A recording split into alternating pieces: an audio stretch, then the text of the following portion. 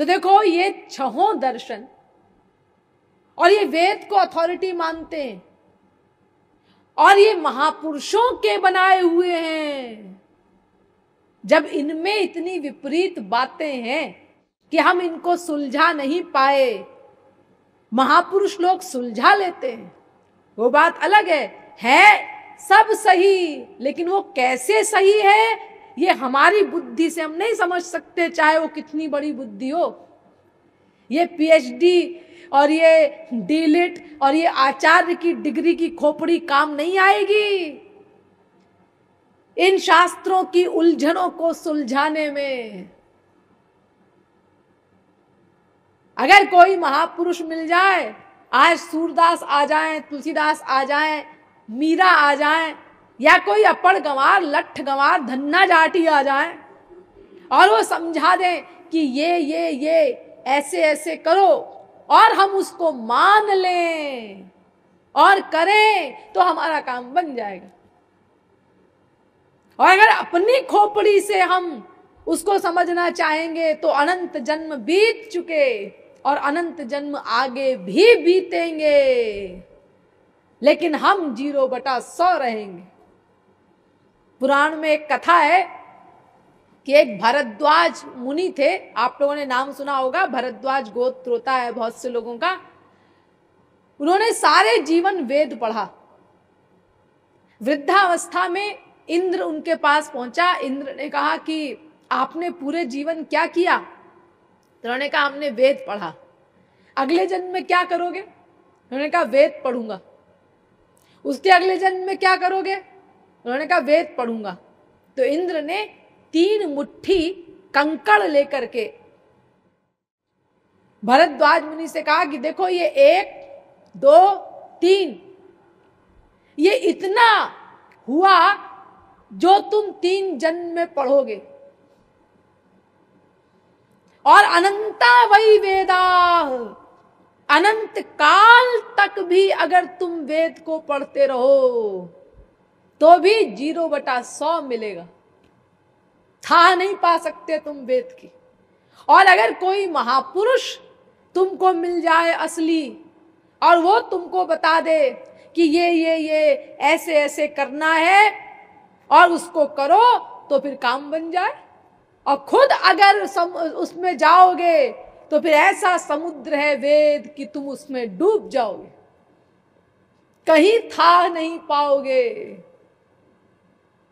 अनंत पारम गंभीरम दुर्विगाह्यम समुद्रवत, भागवत कह रही है ऐसा समुद्र है वेद।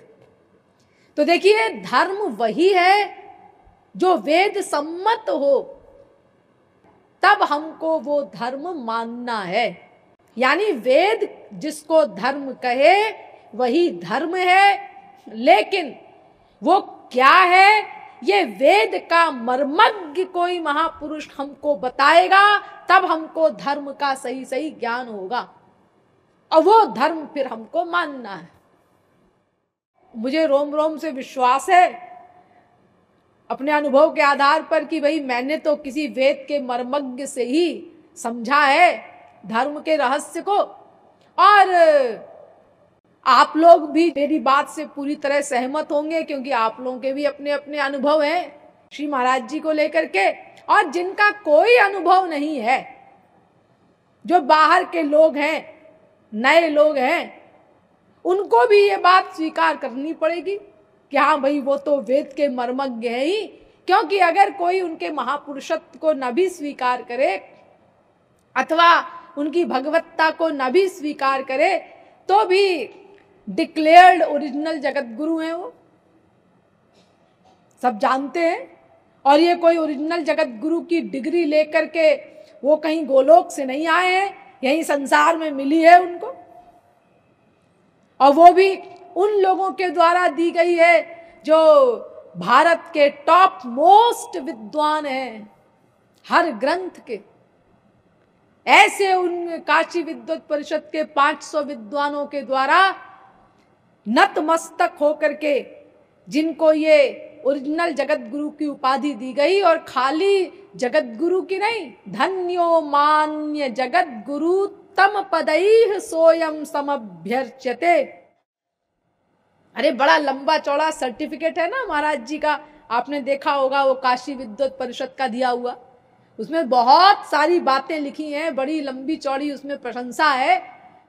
मैं तो एक पंक्ति बता रही हूं उसकी कि भाई ऐसे ऐसे जो जगत श्री कृपालु जी महाराज हैं, तो हम सब काशी के विद्वान इनको जगत गुरु तम की पदवी से विभूषित करते हैं। जगत गुरु तम माने जितने ओरिजिनल जगत गुरु अब तक हुए उनमें भी सर्वश्रेष्ठ जगत गुरु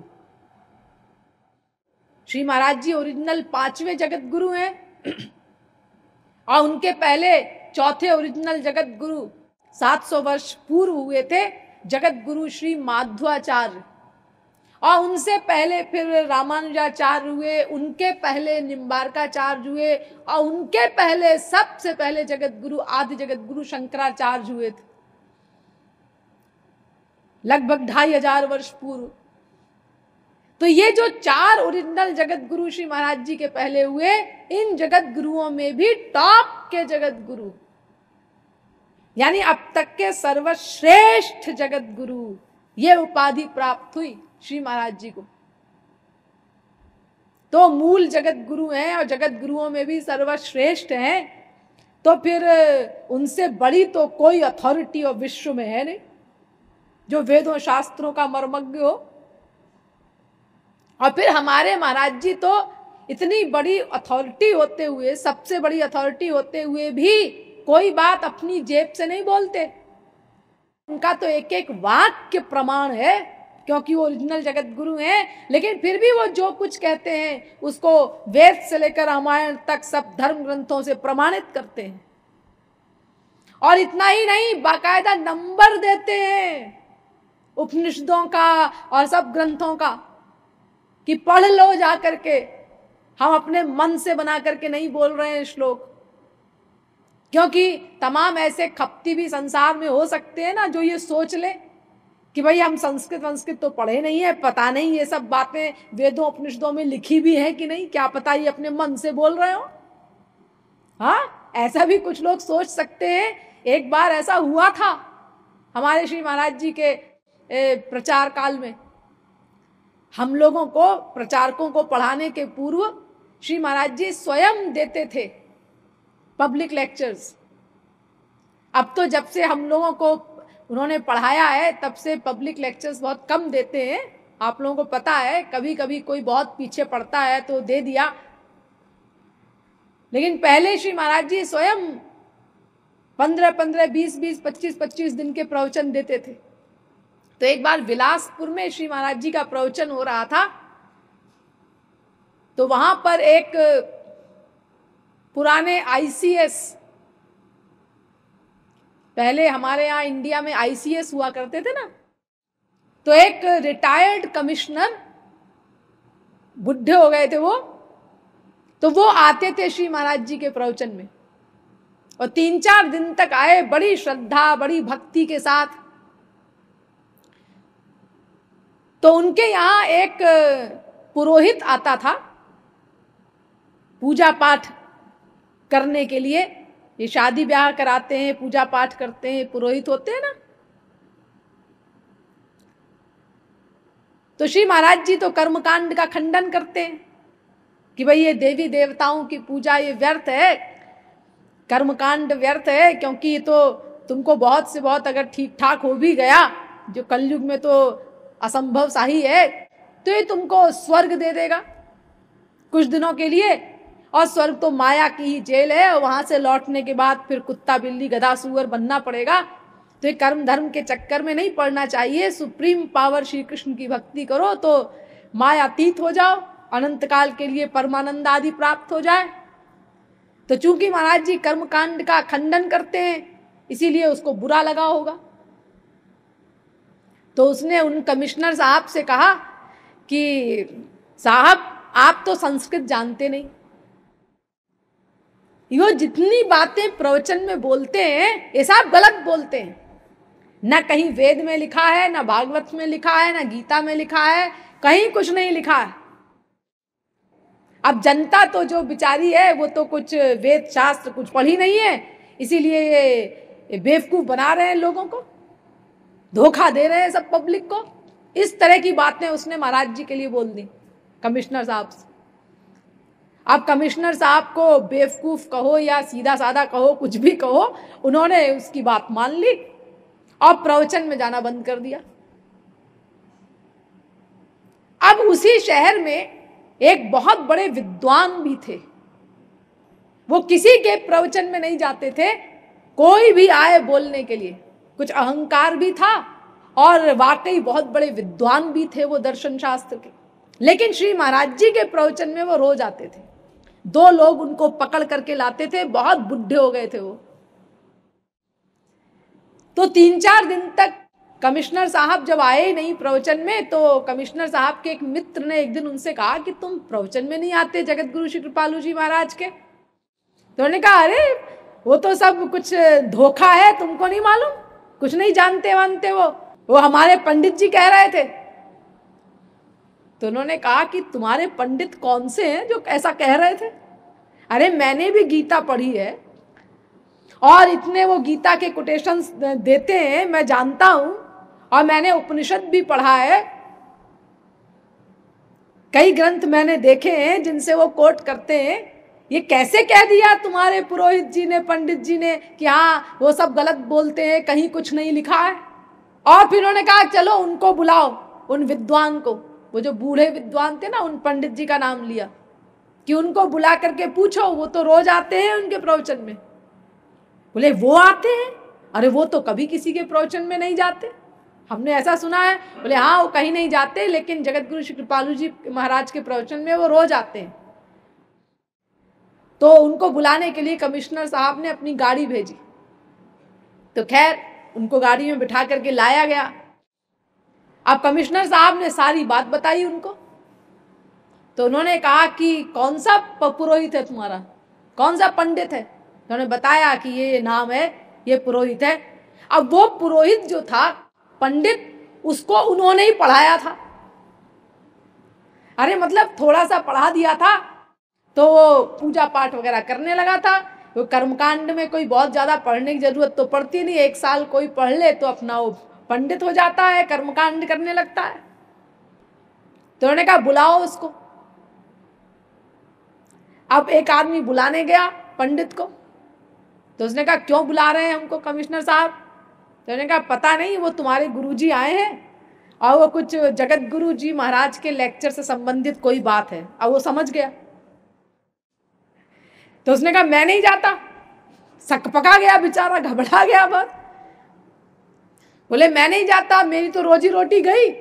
और फिर कमिश्नर साहब पता नहीं मेरी पिटाई कर दें, क्या कर दें, क्योंकि कमिश्नर साहब तो बहुत क्रोध में थे, क्योंकि उनका 4-5 दिन का प्रवचन का नुकसान हो गया उसके चक्कर में पड़ करके। तो खैर वो जो बहुत बड़े विद्वान थे, उन्होंने बहुत महाराज जी की प्रशंसा की। तो कमिश्नर साहब फिर से आने लगे। तो जब वो आए पहले दिन, तो उन्होंने श्री महाराज जी से अलग से मिलने का समय मांगा। महाराज जी के पास गए, उनसे कहा मुझे आपसे एकांत में कुछ बात करनी है। महाराज जी ने समय दिया। तब उन्होंने सारा किस्सा बताया कि ऐसे ऐसे देखिए लोग होते हैं संसार में और हमारा इतना नुकसान कर दिया। यानी संसार में ऐसे लोग भी हैं जो अपना पेट पालने के चक्कर में, यदि उसको यही तो डर था खाली कि कर्मकांड का खंडन कर रहे हैं, कहीं ऐसा ना हो कमिश्नर साहब पूजा कराना बंद कर दें हमसे। तो अपना पेट पालने के चक्कर में एक व्यक्ति का इतना आध्यात्मिक लाभ जो उसको मिल रहा था, उसको चौपट कर दिया उसने। इसीलिए हमारे श्री महाराज जी जो कुछ बोलते हैं वो बाकायदा वेदों शास्त्रों के नंबर कोट करके बोलते हैं कि ऐसे खपती कोई हो तो वो समझ ले और दूसरों का नुकसान तो कम से कम न करें, ये कह करके कि हाँ ये अपने मन से बोल रहे होंगे। इसीलिए हम लोगों को भी उन्होंने जो पढ़ाया है और मुझे भी जो बोलने का आदेश दिया है, वो इसी प्रकार आदेश दिया है कि बाकायदा नंबर कोट करके बताओ लोगों को, ताकि लोग प्रमाणित माने उस बात को। क्योंकि सब तरह के लोग होते हैं आप लोगों में। तो देखिए, इसीलिए एक तो वो ओरिजिनल जगत गुरु है, फिर जगत गुरुओं में भी सर्वोत्तम है, और फिर वेदों शास्त्रों से अपनी बात प्रमाणित करते हैं, फिर साथ साथ नंबर भी कोट करते हैं। कोई देखना चाहे तो देख ले जा करके। तो उनसे बड़ा मर्मज्ञ कौन हो सकता है और संसार में धर्म का, वेदों शास्त्रों का। इसीलिए उन्हीं की फिलॉसफी के अनुसार मैं आपको बताने जा रही हूं। अरे मैं जो कुछ बता रही हूं वो सब उन्हीं का बताया हुआ ही तो बता रही हूं, कोई अपनी जेब से थोड़ी ना बता रही हूं एक भी वाक्य आपको। तो उन्होंने क्या बताया है धर्म के बारे में, अब सुनिए। और अगर अपनी खोपड़ी से हम उसको समझना चाहेंगे तो अनंत जन्म बीत चुके और अनंत जन्म आगे भी बीतेंगे, लेकिन हम 0/100 रहेंगे।